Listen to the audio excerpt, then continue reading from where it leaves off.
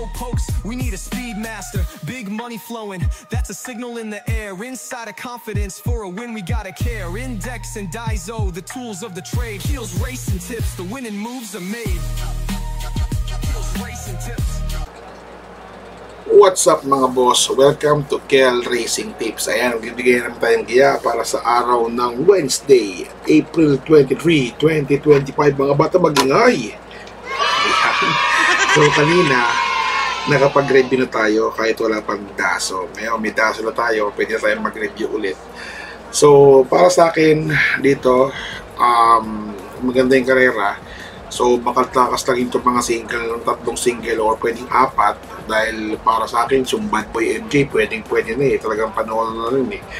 So, kayo para na masusunod boss, ito yung giya ko lamang at base sa aking pagkakaintindi sa pagkakabasa sa index, alright? Marami naman kanilang nanood sa aking live. Yan, salamat sa mga nanonood ng live. Lagi kayong mag-subscribe. Please follow me. Yan, follow me. Diba? Maraming thank you mga boss. Talaga yung supportan nyo, napakagrabe. Hindi na ako bubukas ng ilaw kasi tulog na yan ako eh. Alright? So, kayo pa rin na masusunod na, right? Race number 1 tayo, let's go. Race number 1, meron tayong 3-year-old and above maiden race. Ayan. 10 kalahok. Wala tayong couple entry. Ayan, mga placers to. Yung mga nanalo, sila security insight, pamangalawa sila, ganun. Anyways, dito, untik naman po si sa Katie ang super dancer. Pero para sa akin, entry number 2 na si M Butterfly. Kayo para naman susunod ha. Single fight lang to mga boss, si super dancer tsaka si M Butterfly. Pero para sa akin, napapatukan ako, solo na po, entry number 2 na si M Butterfly. Alright, kayo para naman susunod mga boss ha. Pwede nyo ilagay si super dancer dyan. Diba? Kayo para naman susunod. Alright? So para sa akin dito, M Butterfly, solo na po yan. Solo taga.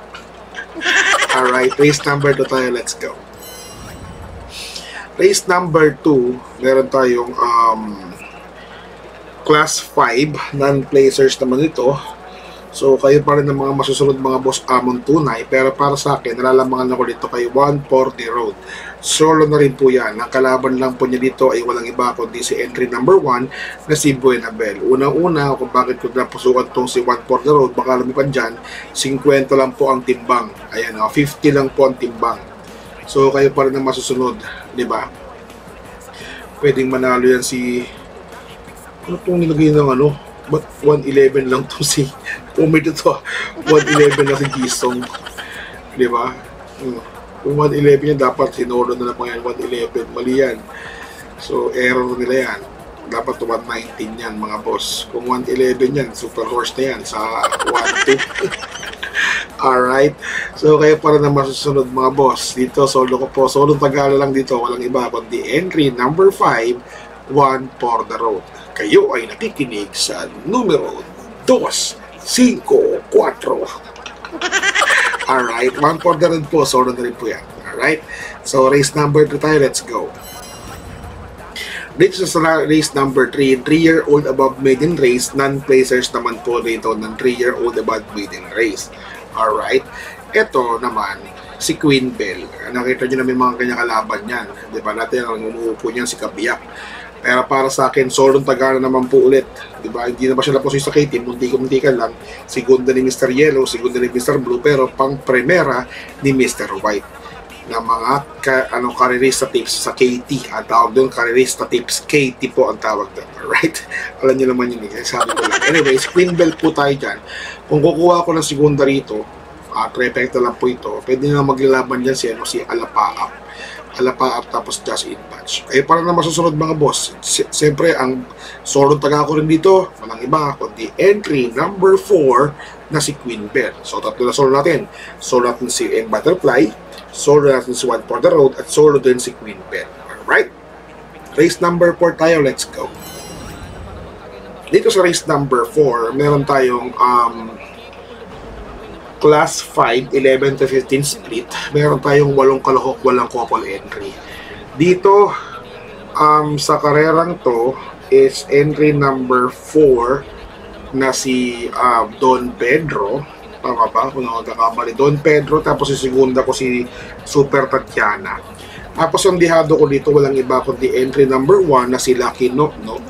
Tsaka yung entry number 7 na si Pass Sailing. So, sana kuhain si Anis. Sanang ikaw, baka makuha ko rin yung tanging ikaw. Alright? So, yan po Don Pedro, Super Tatiana, Lucky No, no? Tsaka si Pass Sailing. Sabi, baka bababain niya naman yan. Huwag nang kuhain yan. Kayo pa rin na masusunod mga boss Amon tunay. Alright? 11 to 15 split channel. So marami ng solo kaya gusto ko magdihado naman. Alright? Race number 5 tayo. Let's go. Race number 5, meron tayong class 5, 11 to 15 split. Eto, patok na rin tong si entry number 8 na si Lucky Leia. Nagagabayan ni Superman Alvarez. Yan, Mark Angelo Alvarez, the Black Superman. Pero ako dito, magkakatlo ko rito or 4. Sino yun? Entry number 8 na si Lucky Leia. Susundan ko ng Namayan kasi meron silang Angelo 26 kaya kukuhain ko yan. Tapos kukuhain ko nitong Super Spunky. Bakit ko kinuha yan? Kasi meron silang yung entry number di ba? Tama, silang entry number 4. Ulitin ko lang si entry number 4 dahil meron silang Super Tatiana. Alright, batalya yan si B2 ba? Hindi pala si Tatiana may-ari. Hindi kala ko si batalya may-ari nito, Super Spunky. Anyways, yan. So kukuhain ko yung dihado ko sa last, sa race number 5. Walang iba kundi si Sunny Nature. Magaling itong kawayang to. Nakitaan ko ito ng sa 1. Double check ko lang mga boss. Hold on lang. Hold on. Do you want race number 5? Wait lang mga boss Double check ko lang po. Wait lang po. Bakit ko pinuha sa Sunny Nature? Kasi meron siyang Sunny Nature. Nagpang-anim sa 20 to 27. Ngayon 11 to 15 yan. Layo na. Pero meron siyang 114 sa 1-2. Yung laban nila Leviathan o Kisel sa Sunny Nature. Pumangat ko siya rin 114. Basta sa mga 114 kasi nasasama ako kahit pababae na yun. Pababae na yun, Sunny Nature.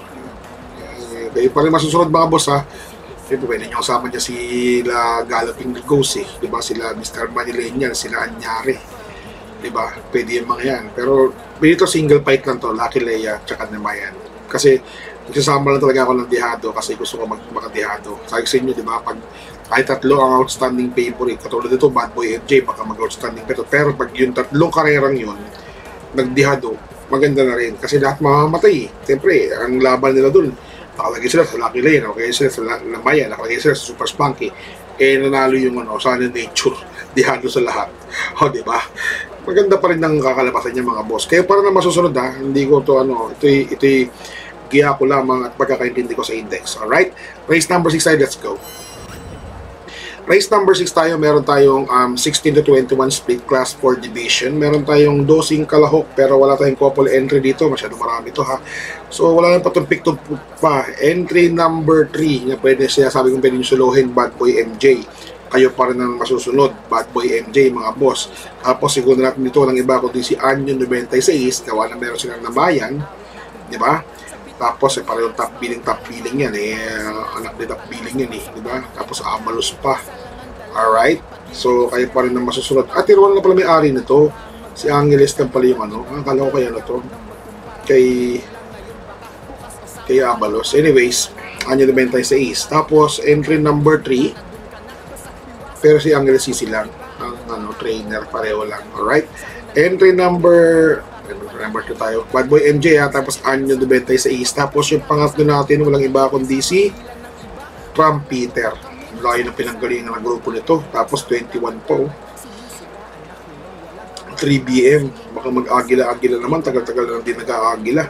Tapos yung isa pa na si Batang After 7. 17, group 17 yan. Kakababain na rin yan. Hindi ko na kinuha si Luke Skywalker, pwedeng panguha yan eh. Anyways, kayo pa rin na masusunod mga boss, ito yung giya ko lamang, sabi ko sa inyo. At pagkakaintindi ko sa index, pwede nyo rin kumain si Jin Genie. Di ba? Lahat yan, pwede yan. Pero, syempre, doon tayo sabay parang lamang. Di ba?